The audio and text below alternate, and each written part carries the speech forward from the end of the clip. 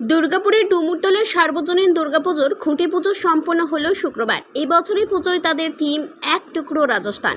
উদ্যোক্তারা জানান, এই বছরের পুজো তাদের 57 বছরে পদার্পণ করলো। এবারের পুজোতে রাজস্থানের কিছু জিনিসকে তুলে ধরা হবে। পুজো দেখতে সমস্ত দুর্গাপুরবাসীকে আহ্বান জানালেন। এই খুঁটি পুজোতে উপস্থিত ছিলেন তৃণমূল নেতা পঙ্কজ রায় সরকার। এই বছর পুজোর বাজেট 20 লক্ষ টাকা। খুঁটি পুজোর সাথে সাথে ক্লাব উদ্যোক্তারা বৃক্ষরোপণ ও বিনামূল্যে চক্ষু পরীক্ষা শিবিরের আয়োজনও করেন।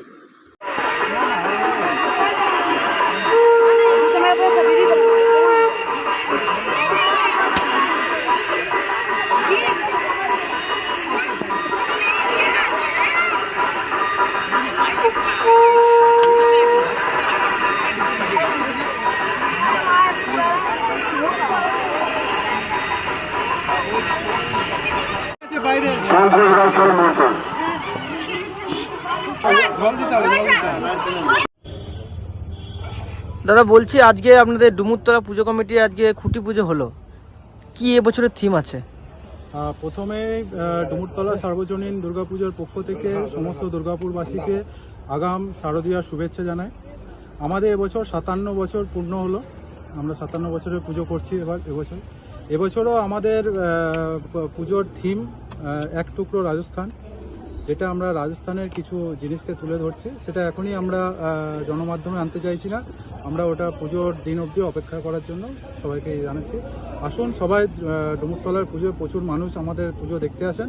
এবছরও আমরা সবাইকে আহ্বান জানাচ্ছি যে আপনারা আসুন, পুজোর দেখুন, হ্যাঁ, আনন্দ করুন, এটাই আমাদের বার্তা। কে এসেছিলেন আজ খুঁটি পুজোর দিনে? আজকে আমাদের বিশিষ্ট সমাজসেবী মাননীয় শ্রী পঙ্কজ রায় সরকার, পঙ্কজ সরকার, হ্যাঁ, উনি ছিলেন। বাকি আজকে একটা আদিবাসী দিবস ইয়েতে সমস্ত আমাদের যারা গেস্টরা ছিলেন তারা সরকারি প্রোগ্রামে ব্যস্ত আছেন, আসতে পারেননি। তো আমরা আমাদের ক্লাবের সদস্য এবং সদস্যদের নিয়ে আমরা আমাদের খুঁটি পুজো সম্পন্ন করেছি। কত বাজেট আছে আপনাদের পুজোর এবছর? আমাদের এবছরে প্রায় 20 লক্ষ টাকা বাজেট আছে। কি কি হলো আজ? আজকে আমাদের একটা বিনা খরচায় চক্ষু পরীক্ষার একটা আই চেক আপ ক্যাম্প করা হয়েছে, হ্যাঁ, যেটা আমাদের চলছে এখন। আর বৃক্ষরোপণ হয়েছে, বৃক্ষরোপণের একটা অনুষ্ঠান হয়েছে সেটা। দুর্গাপুর থেকে কৌশিক বাসুর রিপোর্ট, 99 নিউজ বাংলা।